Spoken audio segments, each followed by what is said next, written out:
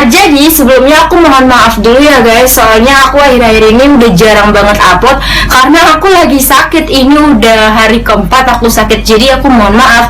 Oh iya, di video kali ini aku mau memberitahukan film-film yang menurut aku nih seram. Aku merekomendasikan banget, tapi ini seramnya versi Rutmar ya.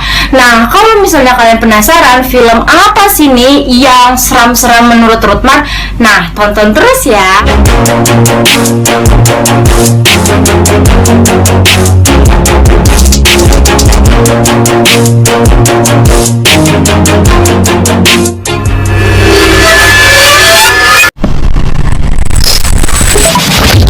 Hey! Hi guys. Hey guys! Tina!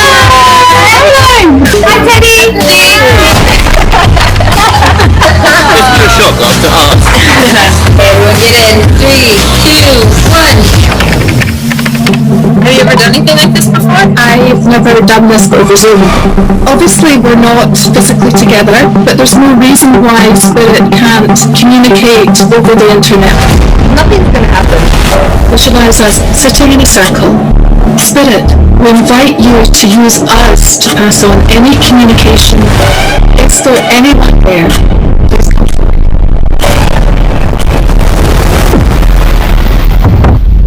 What was that? Amy, was that you? I heard it. I heard something. I think there's something here.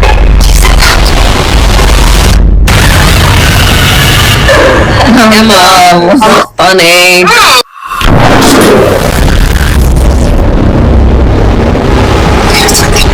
You're connected with something. You gotta keep going. You gotta talk to it.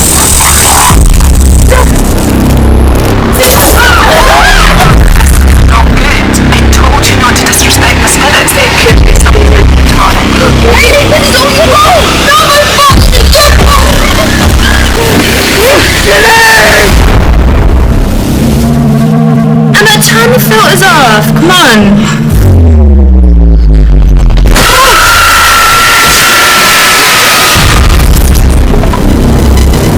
Jadi film ini berjudul Host yang keluar pada tahun 2020. Nah, seperti yang kita tahu ya, sekarang ini kan dunia lagi terkena atau terpapar dengan virus corona atau COVID-19. Jadi kan otomatis pekerjaan, terus sekolah, apapun itu dilakukan melalui online kan, dilakukan di rumah. Nah, mungkin film ini juga terinspirasi dari pandemi ini.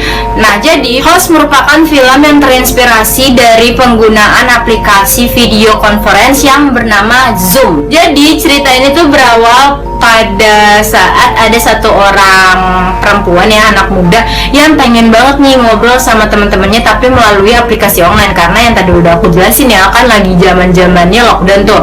Nah, jadi satu orang cewek ini ngundang 5 orang temennya lagi, berarti otomatis ada 6 pemuda dong. Nah, mereka nih kayak ngobrol-ngobrol gitu di aplikasi Zoom ini. Nah, terus kan awalnya mereka kayak ngobrol-ngobrol terus bercanda-canda, terus ada nih salah satu, bukan sih, jadinya kayak semuanya gitu memutuskan untuk melakukan pemanggilan arwah gitu, mungkin kayak yang pengen nyoba-nyoba gitu kan.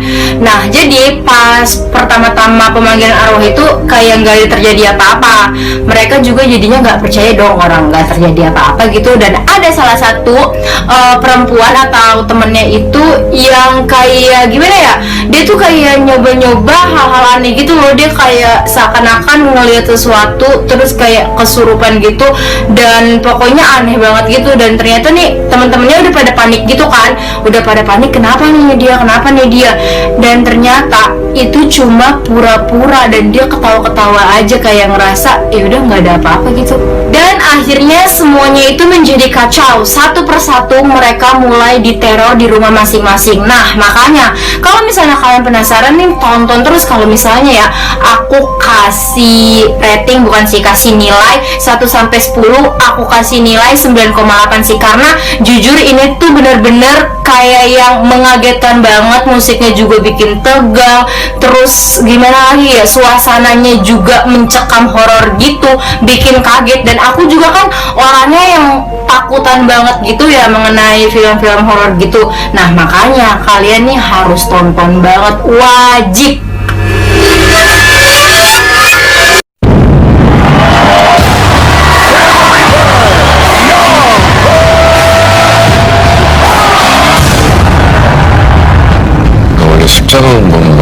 나왔었거든요.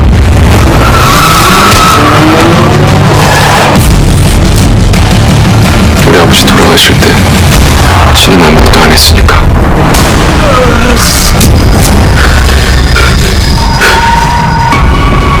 솔직히 말씀드리면 이게 정상보다 훨씬 더 건강하신 편입니다. 내가 왜 이래요? 신당 쪽에 십자가가 있대. 십자가. 거길 가면 널 도와줄 사람이 있어. Sanctus, Sanctus, Sanctus, Dominus Deus Sabaoth.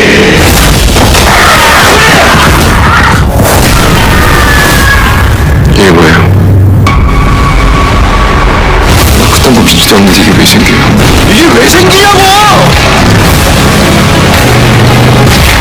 사람들을 홀려서 악마한테 제사를 지내는 사제들이 있어. 검은주교라고 부르는데 내가 그 검은주교를 찾아내야 돼. 가만히 있어요. 도대체 왜 아무것도 안 하려고 왜? 제게 힘을 주소서.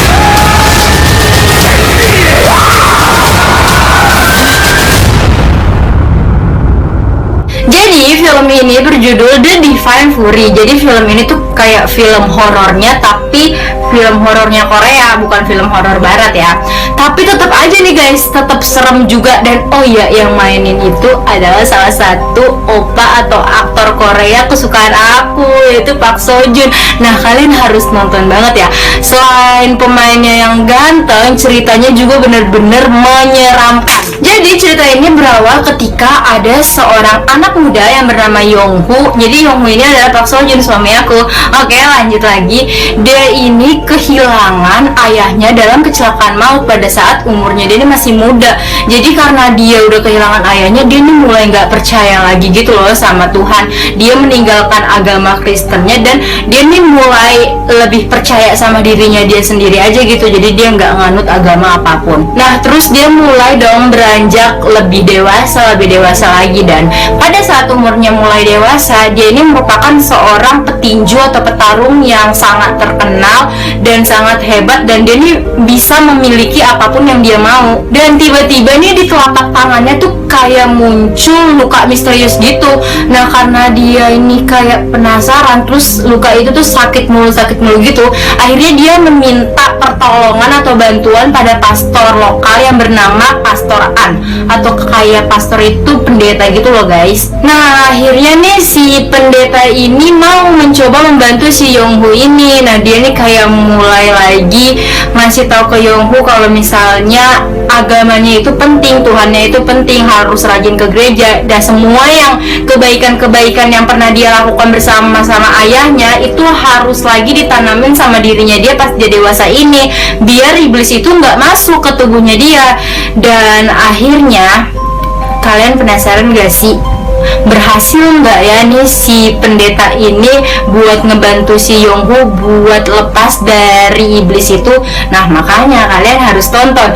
Oh ya, aku kasih rating atau nilai buat film ini sih 10/10 ya, karena selain ceritanya yang seru, pemainnya juga adalah suami aku. Nah, makanya kalian harus tonton ya guys. Tapi sumpah ini serem banget. Ini berjudul Blair Witch Project. Jadi ceritanya ini mengenai ada 3 orang mahasiswa gitu yang datang ke desa gitu untuk mendokumentasikan mengenai legenda Blair Witch. Nah, tapi desanya ini aneh loh guys. Masa mereka harus ngelewatin hutan-hutan yang serem, yang angker gitu buat bisa datang ke desa itu. Kalau aku jadi mereka nih ya, kan aku mahasiswi juga nih ya, aku nggak bakal loh ngelanjutin perjalanan ke desa itu, mau untuk menghasilkan duit kayak, mau untuk memecahkan teori kayak, atau apapun itu. Nah, tapi nih mereka tetap aja ngelanjutin buat datang ke desa itu. Dan ternyata nih pas udah sampai ke desa itu, hal-hal aneh nih mulai mereka rasakan semenjak mereka buat atau syuting video itu. Nah, mereka nih kayak yang diganggu-gangguin gitu, terus mendengar adanya suara-suara aneh yang tiba-tiba aja kedengeran, sampai-sampai kematian pun ada. makanya kalau misalnya kalian penasaran nih mengenai film ini, kalian harus tonton. Kalau misalnya aku kasih nilai ya buat film ini, aku kasih nilai sih 8,5 ya. Soalnya kan aku juga mahasiswa ya, aku mahasiswi juga, jadi kayak yang feel-nya tuh dapet banget gitu loh apa yang mereka rasain. Nah, kalian juga nih pasti rata-rata yang nonton Ruthmar masih ada yang sekolah, ada yang kuliah, bahkan mungkin ada yang kerja. Nah, kalian harus tonton. Apalagi nih ya, kan sekarang lagi lockdown nih. Kalian pasti bosan mungkin di rumah. Nah, tonton.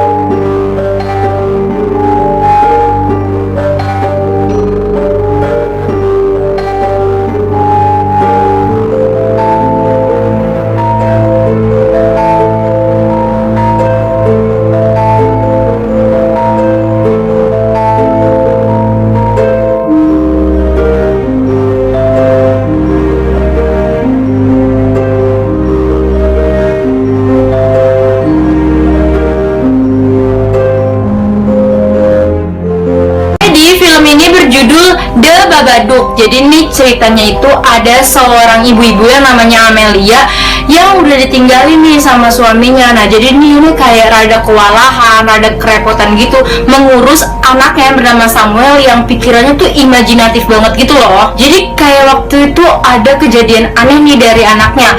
Jadi ini anaknya tiba-tiba aja kayak nyeritain mengenai buku dongeng gitu ke mamanya itu, yaitu si Amelia, yang tiba-tiba berubah menjadi teror yang menyeramkan banget guys. Oh ya guys, nama bukunya ini adalah Mr. Babadook. Nah, si Amelia ini atau ibunya si Samuel itu kayak ngerasa buku ini aneh gitu loh, kayak dia baca juga menyeramkan banget gitu. Nah, karena dia udah baca setiap lembar bukunya itu, akhirnya dia nih kayak ngebuang bukunya itu, dan tapi semuanya itu udah terlambat. Karena yang tadi udah aku jelasin, si Amelia ini udah baca bukunya per lembar demi per lembar.